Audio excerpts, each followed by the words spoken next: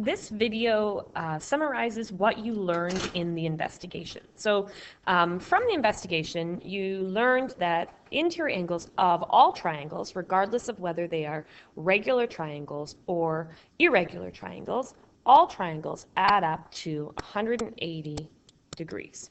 Quadrilaterals, all quadrilaterals, the interior angles of a quadrilateral, they all add up to 360 degrees. And in the investigation, it had to look at what happens when there's 5 sides, what happens when there's 6 sides, what happens when there's 7 sides, and so on. And what you should have realized in the investigation, they had you split it into number of triangles. So for example, if I take this shape and I were to split it into triangles, I end up with that many triangles.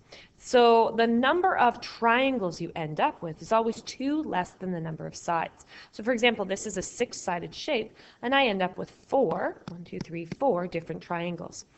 Recall that each triangle equals 180 degrees. So if I have 4 triangles, the sum of the inside of the shape must be 4 times 180. So the formula that you should have learned in the investigation was to take the number of sides, which will be n, and subtract 2. The reason for doing that is the number of sides minus 2 equals how many triangles the shape will be able to be divided into.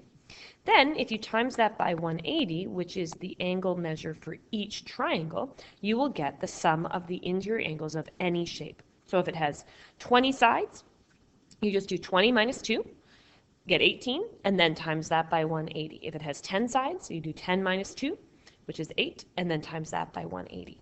So another thing that was in the investigation that you did was the definition of a regular polygon.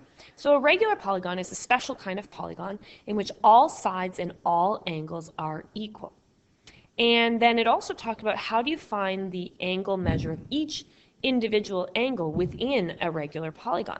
So all you have to do is find the sum of the interior angles of that polygon and then divide by the number of sides. So for example, a pentagon, you have 5 sides.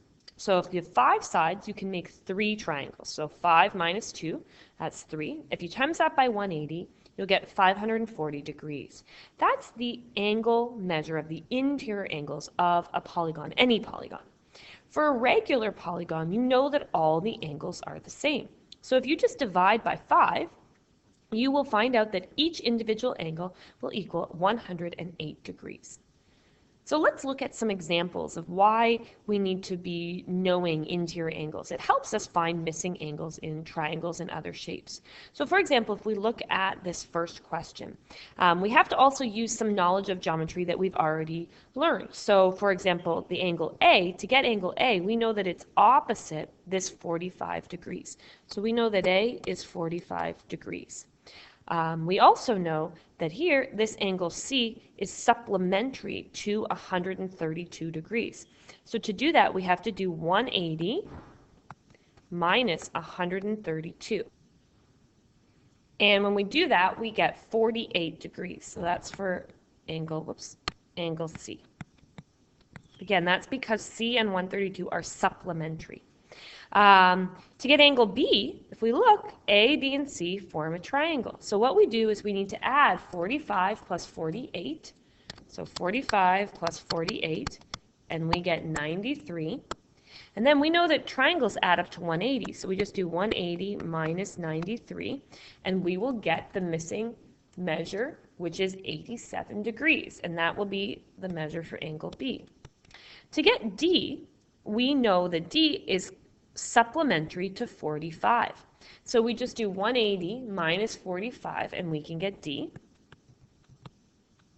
And then we know that D and E are opposite, and so it will also be 135. So all we're doing is extending some of the things that we already know about geometry and including interior angles with that. So if we look at the shape down here, this is a quadrilateral. It has 4 sides. So we know that quadrilaterals add up to 360 degrees. So we've got to find all of the missing angles. So a couple of them should be pretty straightforward. So for example, C and 80 are supplementary. That means they add up to 180. So to get C, we just do 180 minus 80, and we get 100 degrees. A and 125 are also supplementary. So we do the same thing. We do 180 minus 125, and we get 55 for A. To get B, we have to recognize that this is a quadrilateral. And what we need to do is add 80 and 55 and 100 together. Oops. And when we do that, we get 235. And then we just take 360, which is the sum of angles in a quadrilateral, and we take away 235. And we get 125 degrees, which will be B. So let's look at another example. This one's a little bit trickier because you have to look at the little tick marks, and you have to recognize that the tick marks mean that this is an isosceles triangle. In an isosceles triangle, two angles and two sides are equal. What you do is, to know which ones are equal, is you follow the sides that are equal.